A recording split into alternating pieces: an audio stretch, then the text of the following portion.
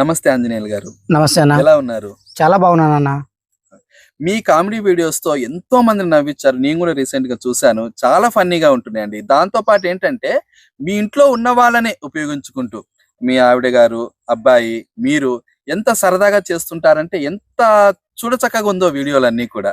ఈ విధంగా వీడియోలు చేయాలని ఎలా అనిపించింది మీకు? నాకు దాని మీద ఆలోచన లేదన్న. ఫస్ట్ మా మా ఇంటికాడ మా కోడలు చేయాలని స్టార్ట్ చేసింది. ఆడికి మన పెంచలయ్య అన్న వచ్చినాడు. ఓ పెంచలయ్య అన్న ఫస్ట్ టైం పరిచయం అయింది. అప్పుడు మా అన్న ఉండి అన్న మీరు కూడా చేసుకోండి అని ఒక సలహా వేయడం వలన అన్న నాకు దలా ఏబిసిడీలు రావు, ఓనామాలు రావు అంటే అన్నీ నేనే చూసుకుంటాను, అన్నీ నేనే చేస్తానన్న అని ఫస్ట్ స్టార్ట్ చేసి ఇచ్చినాడు ఆయన. నేను వీడియోలు చేసుకుంటూ వెళ్ళిపోతున్నాను ముందుకి. ఏదైనా సలహాలు కానీ ఏదైనా సమస్యలు వచ్చినా కానీ అన్ని అన్ననే అడుగుతుంటే పెంచలయ్య అన్ననే. ఆయన పరిష్కారం చూస్తూ నాకు ఏ గైడ్లైన్స్ ఇస్తూ ఏ విధంగా ముందుకు పోవాలి, ఏ విధంగా చేయాలి అని ఆయన చెప్పడం ద్వారా నేను ముందుకు పోవడం వల్ల సక్సెస్ వచ్చిందన్న. యూట్యూబ్లో సక్సెస్ అయినా మౌంటేషన్ ఆయనే చేసినాడు. దానికి సంబంధించినవన్నీ వెనకల కెమెరా ముందర నేను కనబడనిదంతా పెంచలేయనా. ఆ యూట్యూబ్ నిలబడిన కారణమే పెంచలేయనా, ఉన్నమాట చెప్పాలి, అబద్ధం కాదు. ఆయన సపోర్ట్ వల్లనే నేను యూట్యూబ్ రన్ చేస్తున్నాను ఇప్పుడు కూడా. మీలాంటి వారికి ఎంతో మందికి పెంచలే సపోర్ట్ గా నిలుచున్నారనే విషయము మీ ద్వారా మాకు అర్థమవుతుంది. ఆంజనేయులు గారు, మీ గురించి కొంచెం వివరంగా చెప్తారా? చెప్తానా. నా పేరు సిరివాడి వీరాంజనేయులన. మా నాయన మారన్న, మా అమ్మ వీరమ్మ. నాకు భార్య, కొడుకు, కూతురు ఉన్నారు. నేను చిన్న వ్యాపారస్తున్నాను.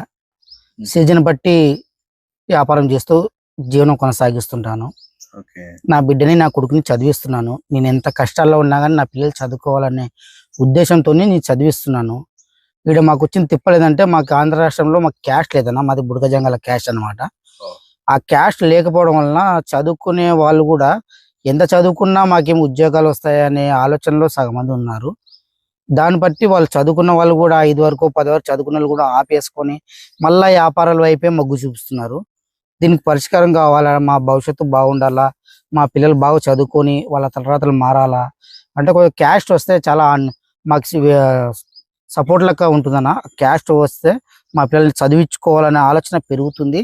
చదివే విద్యార్థుల సంఖ్య కూడా ఇంకా పెరుగుతుంది. ఆ క్యాస్ట్ వలన మాకు చాలా ప్రాబ్లం అవుతుందన్న.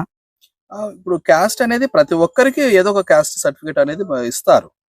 మీకు క్యాస్ట్ లేదంటున్నారు, దాని గురించి కొంచెం క్లియర్ గా చెప్తారా? లేదన్నా, 2004లో 2006లోనో ఆంధ్రప్రదేశ్లో బుడగజంగాలు లేరని జియో తెచ్చినారంట. అప్పటి నుంచి ఆంధ్రప్రదేశ్లో బుడగజంగాలు లేరని కిందికి వెళ్ళిపోయింది. మాకు ఏ క్యాస్ట్ కిందికి లేదన్నా. దానికోసం పోరాడుతున్నారు మా వాళ్ళు. అసెంబ్లీలో కూడా జియో పాస్ అయింది. మళ్ళీ బిల్లు పైకి పంపించినారు. ఆ బిల్లు ఎప్పుడు పాస్ అవుతుందో తెలియదు. మా పిల్లల భవిష్యత్తు ఎప్పుడు బాగుపడుతుందో తెలియదు. దానివల్ల చాలా చాలా సఫర్ అవుతున్నారు అన్న పిల్లలకి. ఎందుకంటే ఏదైనా చదివించా కానీ మాకేం జాబ్ వస్తుందా, ఎందుకు చదువుకోవాలి, మీలకి వ్యాపారం చేసుకొని బతుకుతాము అనే రీతిలో పడిపోయినారన్న. వ్యాపారాలు చూస్తే అన్న ఇప్పుడున్న పరిస్థితుల్లో అప్పుడు కాలంలో అయితే షాపులు ఒక 100 ఇళ్ళ కలిసి ఒక షాప్ ఉండేదన్న. ఇప్పుడు ఒక్క ఇంటికి ఒక షాపు లెక్క మారిపోయిందన్న సిచ్యువేషన్. రెండోది ఏందో ఆన్లైన్ బుకింగ్ ఎక్కువ వచ్చిందన్న. ఆన్లైన్ బుకింగ్ వల్ల పల్లెటూరులో ఉన్న వాళ్ళు కూడా, ఎందుకంటే ప్రతి ఒక్కరికి ఇప్పుడు స్మార్ట్ ఫోన్ కామన్ అయిపోయిందన్న. తీయడం, బుక్ చేసుకోవడం, పోవడం. ఈ 20 ఏళ్ళ నుంచి 30 ఏళ్ళ నుంచి వ్యాపారాలు చేస్తున్న బుడగజంగాల పరిస్థితి ఏ విధంగా ఉందంటే వాళ్ళు దానికి అలవాటు పడినారన్న. నెత్తి మీద మూటలు మూసుకోవాలా, తెల్లవారుజామున లేయాలా, పల్లెలకు పోవాలా, వీధి వీధి తిరగాల. దానివల్ల వచ్చిన ఆధికంతోనే కుటుంబ పోషణ చేయాలా, దీని మీద ఆధారపడి ఉన్నారు. వీళ్ళు మారాలంటే మారలేరు అన్నమాట.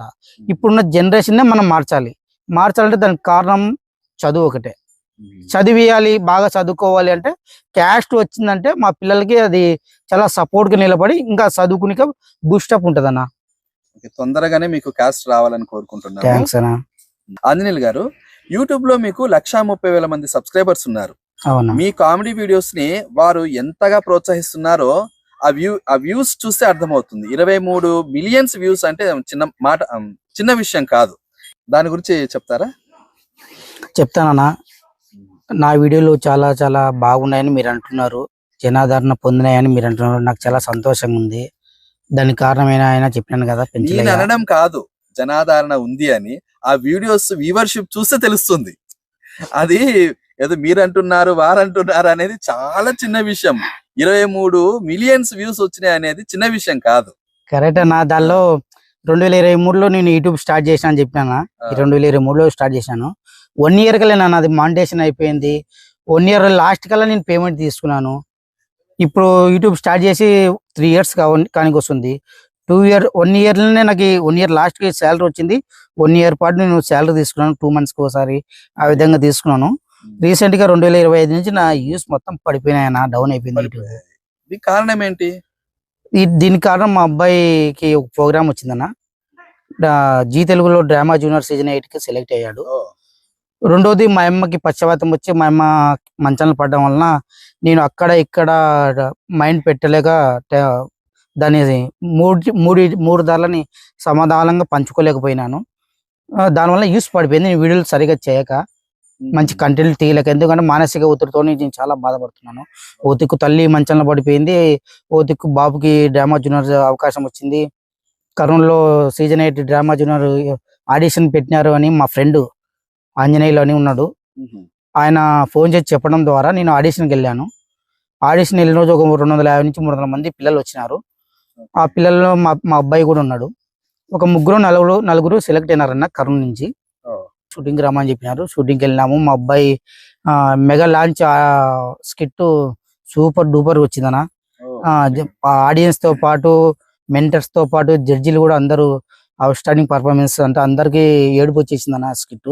అవును, చూసాను నేను కూడా. అది వెంకటేష్ అన్న, అందరు వేసినారన్న. అది నా రియల్ కథ నాది. నేను నేను ఏ విధంగా వ్యాపారాలు చేస్తుంటాను, నా జరిగిన సంఘటన అంటే కొన్ని సంవత్సరాల కింద జరిగిన కథ అది.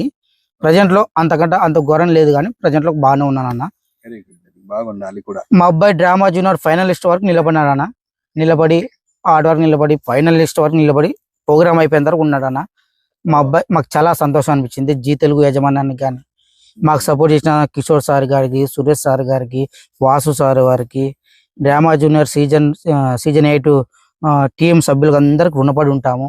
ఎందుకంటే ఒక సామాన్యుడు అంత పెద్ద టీవీలో కనబడడం, నేషనల్ టెలివిజన్ లో కనబడడం అంటే అంత ఆషామాషి విషయం కాదన్న. కనపడినాడు, మాకు చాలా సంతోషం అనిపించిందన్న. ఇంకా దేవుని దేవల ఏదైనా మూవీ అవకాశాలు లక్ ఉంటే వస్తాయని ఆశిస్తున్నాను. మీ అందరి దయ వల్ల ఖచ్చితంగా రావాలి. మా తరపున కూడా మేము కోరుకుంటున్నాం ఆ విషయము. కానీ కర్నూలు నుంచి ఒక అబ్బాయి డ్రామా జూనియర్ ఫైనలిస్ట్ వరకు వెళ్ళి అక్కడ అందరి అభిమానాలను పొందాడంటే మేము చాలా గర్వపడుతున్నాం మీ అబ్బాయిని చూసి.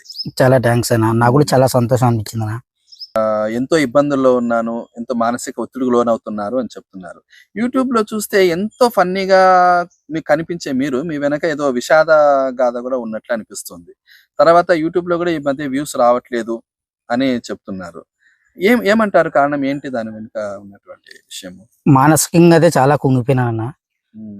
2023 10 నెల 3వ తారీఖు మా అమ్మకి బ్రెయిన్ స్ట్రోక్ వచ్చి పక్షవాతం వచ్చింది. ఆసుపత్రికి తీసుకుపోయినాను, పెద్ద ఆసుపత్రికి తీసుకుపోయినాను. డాక్టర్లు ఉండి 1 గంట కూడా బతకదని చెప్పినారు మా అమ్మని. సర్లే అనుకుని ముందు మా అమ్మ ఎట్టైనా నేను నా శాయశక్తిలో బతికించుకోవాలని ఎంతో కష్టపడి అంతవరకు నేను ఆటో కొనుక్కుందామని దాపెట్టుకున్న డబ్బులు మొత్తము మా అమ్మ వైద్యానికి పోతే పోయినా మా అమ్మని బతికించుకోవాలనే ఆలోచనతో గంట కాదు అన్న 18 నెలలు బతికించుకున్నాను మా అమ్మని. కాలు అనేది వాపు వచ్చిందన్న, ఇంతలా వాపు వచ్చింది మొత్తం ఇటు వరకు. పాదం ఏళ్ళు కానించి మొక్కల కాడికి వాపు వచ్చి అది ప్రైవేట్ ఆసుపత్రి తీసుకుపోయినాను. ప్రైవేట్ ఆసుపత్రి తీసుకుపోతే అదంతా లోపలంతా చెడిపోయింది, అంతా కట్ చేసి తీయాలా. అది కట్ చేసే సమయంలో మీ అమ్మకి బ్రెయిన్ లో నరాలు ఏమన్నా కదిలితే మీ అమ్మకి చనిపోయే ప్రమాదం ఉంది, మేము చేయమని అనేసరికి నేను మళ్ళీ పెద్ద ఆసుపత్రికి వెళ్ళిపోయినాను. గవర్నమెంట్ ఆసుపత్రికి వెళ్ళిపోయినాను. గవర్నమెంట్ ఆసుపత్రికి వెళ్ళిపోయి ఆధారంగా తెల్లారుజామున పొద్దున పోయిన వాళ్ళం రాత్రి 12 వరకు నీకు టెస్టులు అయిపోయినాయి. 12 గంటలకు టీచర్ మీదకి తీసుకున్నారన్న. లోపలికి నన్ను పిలిచినారు, నువ్వే పట్టుకోవాలి కాలని. నీ కాలు ఈ విధంగా పట్టుకున్నాం మా అమ్మ కాలు. ఈ కాలు నిండా కనీసం ఉంటే వాళ్ళ ఫార్మాలిటీస్ ఉంటాయి కదన్నా, సూదులు మొత్తం సూదులు వేసినారు. వేసి అంతా ఇదంతా కట్ చేసి మాంసం అంతా తీసేసినారు అన్న. కాల్చి అంతా ఇట్ట పట్టుకున్నాను, చేతులు ఇట్ట వణుకుతున్నాయి. మా అమ్మ నా ఇట్ట పట్టుకుంటే ఒత్తుతుంది మా అమ్మ ఫీలింగ్స్. ఆమెకి ఎంత నరకం ఉందో, ఎంత బాధ అనిపించిందో అసలు. రక్తం అంతా చేతి మీద పడుతుంది. అంతా ఇదంతా చూస్తూ నేను ధైర్యం తెచ్చుకోవాలా, ఎందుకంటే మా అమ్మ నేను ఏదైనా ఎట్లా బతికించుకోవాలా, కాపాడుకోవాలా అని మైండ్లోనే పడిపోయినాను అన్న. ఇంకా యూట్యూబ్ని వదిలేసినాను. ఇంట్లో సంసారము, ఈ అప్పులు, ఈ సప్పులు, ఈ బాధలు అనేవి ఇవన్నీ వదిలేసినాను. ఓన్లీ మైండ్ అంతా దాని మీదే పెట్టినాను. ఖచ్చితంగా ఉంటుంది. రాత్రి అయిపోయింది అన్న, ఆపరేషన్ అయిపోయింది. ఆపరేషన్లో కూడా నేను అయిపోయిన తర్వాత ఇంకా వాడికి వెళ్ళిపోయినాం. ఆడ వారం పాటు ఉన్నాం మన ఆసుపత్రిలో, 10 రోజుల పాటు ఉన్నాం. చిన్నప్పటి నుంచి నా కళ ఒక స్మార్ట్ ఫోన్ కొనుక్కోవాలా, ఒక కాస్ట్లీ ఫోన్ కొనుక్కోవాలా, టచ్ సెల్ కొనుక్కోవాలా. మా అమ్మ పడిపోక ముందు ఒక 3 నెలల కిందట 40,000 పెట్టి సెల్ తీసుకున్నాను. ఆ రోజు రాత్రి మా అమ్మని చేర్పించి 2-3 రోజుల తర్వాత రాత్రి 2 గంటల అప్పుడు పండుకున్నానన్న. 3 గంటలకు లేస్తూ సెల్ ఎత్తుకుపోయినారు పెద్ద ఆసుపత్రిలో. 3 నెలల పీసు. లాస్ట్కి మా అమ్మకి ఎందుకంటే వాటిలో లేడీస్ లో వాడు చేస్తారు కదా. మా అమ్మ కదలేని పరిస్థితి. మా అమ్మ కాలిటి పైకి ఎత్తాలా, ఆమె ముడ్డి కింద చేయబెట్టి ఆమెది తీసేస్తుండాలా. ఒక్కరోజు నేను అసహించుకోలేదన్న, ఒక్కరోజు నేను అసహించుకోలేదు. నేను తృప్తి పడినానన్న, నేను చాలా చాలా తృప్తి పడినాను. ఎందుకంటే నేను ఈ ప్రపంచాన్ని ఏలినాను, జయించినాను అన్నంత ఫీలింగ్ లో, ఎందుకంటే అవకాశం రాదన్న. ఎందుకంటే నాకు కొంచెం దేవుళ్ళు అంటే సెంటిమెంట్ అన్న. నేను దేవుళ్ళ కాడికి పోతుంటాం, పలానా దేవుళ్ళు అంటే చాలా ఇష్టం. ఆ దేవుళ్ళ కాడికి పోయి స్వామి నాకు బాగా చెయ్యి, నాకు ఈ బాధ వచ్చింది తీర్చు, నాకు ఈ కష్టం వచ్చింది ఓదార్చు అని ఆ దేవుడిని అడిగితే ఆ దేవుడు నాకు తిరిగి ఇచ్చి ఒక సమాధానం చెప్పకూడదు. నేను కనపడని దేవుణ్ణి, కనపడే దేవుడితో నీ తల్లిదండ్రులకు నువ్వు ఏం చేసినావురా అనే మాట నేను అనిపించుకోకూడదు అనే సిద్ధాంతంతో పడిపోయినా. కొంచెం బ్రెయిన్ అనేది చాలా డిఫరెన్స్ వెళ్ళిపోయిందన్న. తల్లిదండ్రి దేవుడు, ఇదే తల్లిదండ్రి దేవుడు. తల్లిదండ్రి దేవుడు కాదు, తల్లిదండ్రి దేవుడు. తల్లిదండ్రుని సేవ చేసుకుంటే చాలు, ఇంకా ప్రపంచాన్ని జయించినంత ఆనందం. మనకి తిండి లేకున్నా పర్లేదు, పై మీద బట్ట లేకున్నా పర్లేదు అనే సిద్ధాంతంలో పడిపోయినా. నాకు నా భార్య, నా బంధుమిత్రులు కూడా కొంతమంది సపోర్ట్ చేసినారు. వాళ్ళ మేలు కూడా మర్చిపోను. ఆర్మీ డాక్టర్ని ఎవరైనా తొలకొచ్చి డ్రెస్సింగ్ చేయాలి. ప్రతి రోజు కడగాలి, లేదంటే కాలు మళ్ళీ చెడిపోతుంది. ఒక్కరోజు డ్రెస్సింగ్ చేయకుండా కూడా కాలు అది ఎంత ఘోరంగా వాసన వస్తుంది అంటే అంత ఇల్లు పనికిరాదన్నమాట. ఇల్లు కాదు, పక్కన వాళ్ళు ఎవరు కూడా దరిదాపుకు రారు, అంత ఘోరంగా వాసన వస్తుంది. డాక్టర్లు చెప్పినారు నేను బాల్కనీ ఉండాలంట. నాకు ఉండేది ఒక చిన్న ఇల్లు, అది పాత ఇల్లు, రేపో మాపో పడిపోయే ఇల్లు. బాల్కనీ లేదు సార్, ఏదో నేను చేసుకుంటాను, మా అమ్మ సేవ నేను చూసుకుంటానని ఇంటికి తొలగొచ్చుకున్నాను. ఇంట్లోనే చేసుకున్నాను. పక్కింటి వాళ్ళకి ఎవరికి కూడా ఇంత వాసన రాకోకున్నట్టు ప్రతిరోజు డ్రెస్సింగ్ చేపేలా ఆర్మీ డాక్టర్తో అంటే రోజు 500 అంటే నేను పెట్టలేను. ఈ మందులకి తప్పదు, పెట్టుకోక తప్పదు. ఈ పని నేనే ఎందుకు చేయకూడదు, ఆమెకు నీ పుట్టినాను కదా, నేనే ఎందుకు చేసుకోకూడదని ప్రతిరోజు నేనే డ్రెస్సింగ్ చేస్తుంటాను నా చేతులతోని. ప్రతిరోజు ఆ కట్టు ఇప్పితే ఇంట్లో కుటుంబ సభ్యులు కూడా వాసన తట్టుకోలేక బయటికి పోయిన వాళ్ళు ఉన్నారు. పక్కింటి వాళ్ళు చూస్తామని వచ్చి చూసి వాంతికి చేసుకున్న వాళ్ళు ఉన్నారు. కానీ నాకు ఎప్పుడు కూడా వాంతికి అనేది లేదు. అదే చేతులతోని ఆమెది పాస్ తీసేస్తుంటే, బాత్రూమ్ తీసేస్తుంటే, ఆమె బట్టలు ఉతికేస్తుంటే, ఆమెను ప్రతిరోజు స్నానం చేపిస్తుంటే, కాలు తడుచుకోకుండా కాలుకి కవరేసి అట్లా 8 నెలల పాటు డ్రెస్సింగ్ చేస్తూ అంటే ఇంకా వ్యాపారం సాపారం అన్ని వదిలేస్తాను. ఇంకా మొత్తం వదిలేసాను.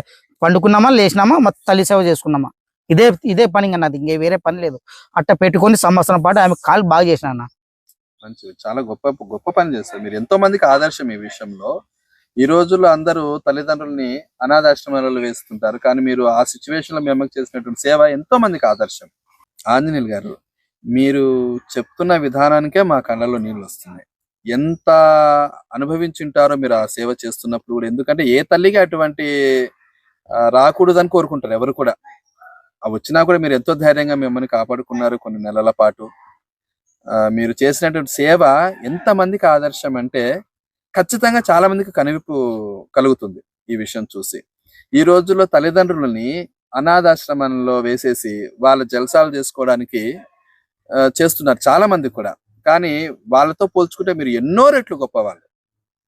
తల్లిదండ్రులకు సేవ చేస్తే చాలు, దేవుళ్ళకి చేయాల్సిన అవసరం లేదనే మాట మీరు చెప్పిన విధానము చాలా గొప్ప విషయం. అది చాలా ఆనందంగా ఉందండి. మీరు చేస్తున్నటువంటి యూట్యూబ్ వీడియోస్ కి వ్యూస్ తగ్గిపోయాయని చెప్పారు.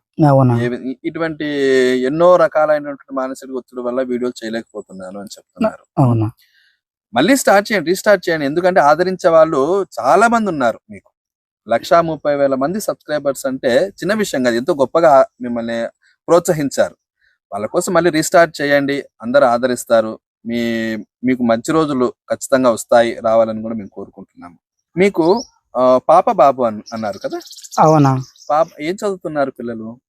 పాప సెకండ్ ఇయర్ చదువుతుందనా, బాబు 9th క్లాస్ ఇప్పుడు. ఓకే. వారి భవిష్యత్తు ఏ విధంగా ఉండాలని కోరుకుంటున్నారు? ఎందుకంటే అబ్బాయి డ్రామా జూనియర్స్ లో చాలా సక్సెస్ అయ్యారు. ఎంతో మంది తన నటనను చూసి అభినందించారు. ఆ చేసినటువంటి స్కిట్స్ లలో ఉన్నటువంటి ఆ పర్ఫార్మెన్స్ చూసి ఏడ్చారు కూడా. అంత గొప్ప నటన వెంకటేష్‌కి ఉంది. ఏ విధంగా తన భవిష్యత్తును మీరు ప్లాన్ చేస్తున్నారు? ఫస్ట్ ఇంపార్టెంట్ చదువునా. హ్మ్. చదువు ముందుకు వెళ్తూ మూవీస్ కి ఛాన్స్ వస్తే మూవీస్ కి ఆడిషన్స్ ఇస్తున్నాను. Very good. హ్మ్. అయితే ఏమొస్తుందంటే హైదరాబాద్ లో ఆడిషన్స్ కదా, హ్మ్. వాళ్ళు హైదరాబాద్ లో ఉన్న వాళ్ళని హైదరాబాద్కి వచ్చి ఉంటే అవకాశాలు వస్తాయి. దూరం ఉన్నారు కాబట్టి ఈ అప్ అండ్ డౌన్ పోయేది టైమింగ్ వలన బాబు కొంచెం ఛాన్సెస్ తక్కువ వస్తున్నాయన. ఓహ్! అది ఇంకా లక్ ఎప్పుడన్నా కానీ అబ్బాయిని బట్టి అబ్బాయే కావాలా అని ఏదైనా పాత్ర ఉండి వచ్చేస్తే ఖచ్చితంగా మేము సినిమాలు చేస్తామన్న. మా అబ్బాయిని సినిమాలకు పంపించాలనేది నా కోరిక. అట్లాంటి అబ్బాయికి మీలకు వాళ్ళు చూస్తున్న ప్రేక్షకులు ఎవరైనా ఉంటే ఒక మంచి మంచి అవకాశాలు కల్పిస్తే ఖచ్చితంగా నేను స్వీకరిస్తాను. మా అబ్బాయిని హ్మ్. ఒక సినిమాలకు పంపేయాలని నా కోరిక. మా అబ్బాయి టీవీలో కనపడినాడు. ఏదైనా ఒక సినిమాలో కనపడితే చాలా అనుకుంటున్నాను. మీరు కామెడీ వీడియోస్ యూట్యూబ్‌లో చేస్తున్నారు. మీ అబ్బాయి కూడా బాగా చేస్తున్నారు. అంటే ఫ్యామిలీ మొత్తం కలిసి చాలా సరదాగా చేసుకుంటున్నారు కదా! మీ ఇన్‌స్పిరేషన్ ఎవరు? ఎందుకంటే ఆ వీడియోస్ చూస్తున్న కొద్దీ మళ్ళీ మళ్ళీ చూడాలనిపిస్తుంటుంది. దాని గురించి. ఇప్పుడు నాకున్న రూపము పోలిస్తే నాకు చాలా ఇష్టం కమెడియన్ బాబుమోహన్ గారంటే, ఓహ్! బ్రహ్మానందం గారంటే. ఓకే. మీ రూపాన్ని బట్టి మీరు ఆ, ఎంచుకున్నారు. నాకు ఉండేది నేను ఎంచుకుంటేనే జనాలు మెచ్చుకుంటారన్నమాట. అవును. నాకు లేనిది నేను ఎంచుకున్నాను అనుకోండి, హ్మ్. జనాలు స్వీకరించరు. నేను ఆ విధంగా ఉన్నాను. ఇంకా కొంతమంది ఆడియన్స్ అయితే మీరు సేమ్ నారాయణమూర్తి గారి బదర్స్ లెక్క కనపడుతుంటారు, ఓకే. మీరు కొంచెం ఆయన లెక్క యాక్టింగ్ చేయండి, చూడాలని ఉందని కూడా కామెంట్స్ పెడుతుంటారు. ఓకే. ఇంకా కాకపోతే నా వ్యక్తిగతంగా నా మనస్ఫూర్తిగా నేను చిన్నప్పటి నుంచి అభిమానిస్తున్నది నందమూరి బాలకృష్ణ గారిని. ఓహ్! ఆయన అంటే చాలా ఇష్టం, చాలా అభిమానం. ఆయన ఆయనంటే ఎంత అభిమానం అంటే చిన్నప్పుడు ఒక 15 ఏళ్ల వయసు ఉన్నప్పుడు నేను ఇలా చేతుల మీద ఓహ్! పచ్చబొట్లు కూడా వెరీ వేపించుకున్నాను గుడ్. అనమాట. ఓహ్! Very good. Very good. అంత అభిమానం బాలకృష్ణ గారంటే. ఆహా! ఇంకా ఎంతగా అంటే మా కుటుంబ సభ్యుడు మా అన్న, మా అబ్బాయి కూడా మా పెద్దనాయన అనే రీతిలో ఉంటాము. కాకపోతే ఒకసారి కూడా దూరం చేసి చూసిందే, ఇంతవరకు కలిసిన ఛాన్స్ రాలేదు. ఖచ్చితంగా మీ అబ్బాయికి బాలకృష్ణ సినిమాలోనే అవకాశం రావాలని కోరుకుంటాను ఈ విషయంలో. ఎందుకంటే మీ పచ్చబొట్లు చూసిన తర్వాత మీరు ఎంత వీరాభిమానం అర్థమవుతుంది.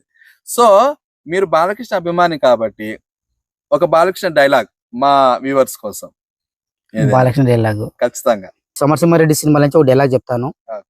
ఒరే వీరరాఘవరెడ్డి, దొంగలా రాలేదు, దొరలా వచ్చా, నీ ఊరొచ్చా, నీ ఇంటికొచ్చా, నీ నడ్డింటికొచ్చా, నీ అమ్మ రాయలసీమ గడ్డ మీద కన్నింటే నీ అబ్బ కట్టింది మొలతాడే అయితే రారా, ఈ పేరులోనే సింహం ఉందిరా, దీని రక్త తేలుతో నిద్రలేపావు, ఈ విషయంలో ఎదిరించడానికి మట్టి కలిపే రాష్ట్రం ఉంది, ఈ విషయంలో పగదిరుస్తున్న రోషం ఉంది, ఇప్పుడే మీ అన్న తెగ నరకపోతే ఈ విషయం కొరికించుకుంటాను నండ్రా అనే డైలాగ్ ఉందనా, సూపర్ ఉంటది.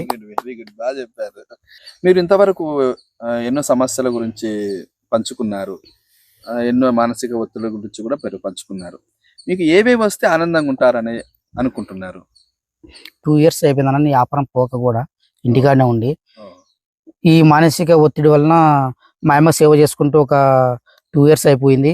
మా అబ్బాయికి డ్రామా జూనియర్ నుంచి ఒక 6 months వేస్ట్ అయిపోయింది. హ్మ్. ఇంకా ఇప్పుడు మళ్ళా స్టార్ట్ చేయాలంటే అంత ఓపిక రావట్లేదు. బిజినెస్ కూడా డల్ అయిపోయిందన్న, పడిపోయింది. తర్వాత నేను రెండోది ఆటో కొనుక్కొని ఏదో ఆటోలోన నేను నా భార్య వ్యాపారం చేసుకుంటా జీవనం కొనసాగించాలనేది నా కోరికనా. ఈ ఈ ఈ ఇల్లు, ఆటో సో కొనుక్కున్న నాడు నా బిడ్డకు ఒక మంచి చదువు, ఇప్పుడు ఆమె ఇంటర్ అయిపోతుంది, ఆమె నెక్స్ట్ ఏ గ్రూప్ తీసుకొని డిగ్రీ చేయాలని ఆమె కోరిక, ఆమె చదువు, ఆ కళలు, మా అబ్బాయికి ఒక సినిమా అవకాశం, ఇట్లాంటివి ఒక 4-5 కళలు నేను సాకారం చేసుకుంటే నా జీవితం ఫుల్ఫిల్ అవుతుందని నా కోరికనా. మీరు ఖచ్చితంగా సొంత ఇల్లు కట్టుకోవాలి, ఆటో తీసుకోవాలని మనస్ఫూర్తిగా కోరుకుంటున్నాము. అలాగే మీకు సహాయం చేయడానికి ఎవరో ఒకరు ముందుకు రావాలని కూడా కోరుకుంటున్నాము. మీరు ఇల్లు కట్టుకోవాలి, ఆటో తీసుకోవాలి, మీ కోరిక ఫుల్ఫిల్ కావాలని మా వీటాక్స్ తరపున మనస్ఫూర్తిగా కోరుకుంటున్నామండి. థ్యాంక్స్ అన్న. చూస్తున్న సబ్స్క్రైబర్స్ అందరికి, ఫాలోవర్స్ అందరికి హృదయపూర్వక ధన్యవాదాలు. మీ సమయాన్ని మా కోసం కేటాయించినందుకు చాలా సంతోషం అండి. మిమ్మల్ని కలిసినందుకు నేను చాలా హ్యాపీగా ఫీల్ అవుతున్నాను. నేను కూడా ఎందుకంటే అంతే. మీరు చెప్పిన విషయాలు ఎంతో మందికి ఆదర్శవంతమైనటువంటి విషయాలు కాబట్టి చాలా ఆనందంగా ఉంది మిమ్మల్ని కలిసినందుకు. నాకు కూడా చాలా సంతోషంగా ఉందన్న మిమ్మల్ని కలిసినందుకు. నా మనసులో ఉన్న బాధలు మీతో పరచుకున్నందుకు, ఆడియన్స్కి చెప్పుకున్నందుకు. నా నుంచి ఒకటే మనవి, తల్లిదండ్రులను అనాథలుగా వదిలేయద్దండి. మీ యొద్ద ఉండేది తల్లిదండ్రులకు పెట్టండి. తల్లిదండ్రులని దిక్కులేని వాళ్ళని చేయొద్దండి. మనం ఎంత సంపాదించినా మనం ఏం వెంపటి తీసుకొని పోయేది ఏం లేదు. తల్లిదండ్రులని చిన్నప్పుడు మనల్ని ఏ విధంగా చూసుకున్నారో మనం మనద్ద ఉండేది వాళ్ళకి పెట్టి, మనద్ద మనం ఎల్లిపాయకారం తిన్నా ఎల్లిపాయకారం పెట్టండి. అంతేగాని ముష్టెత్తి కొనే పరిస్థితులు మాత్రం తేవద్దనని మిమ్మల్ని మనస్ఫూర్తిగా కోరుకుంటున్నాను. ప్లీజ్ తల్లిదండ్రులు అనాథాశ్రమాలకు వదిలేయకండి.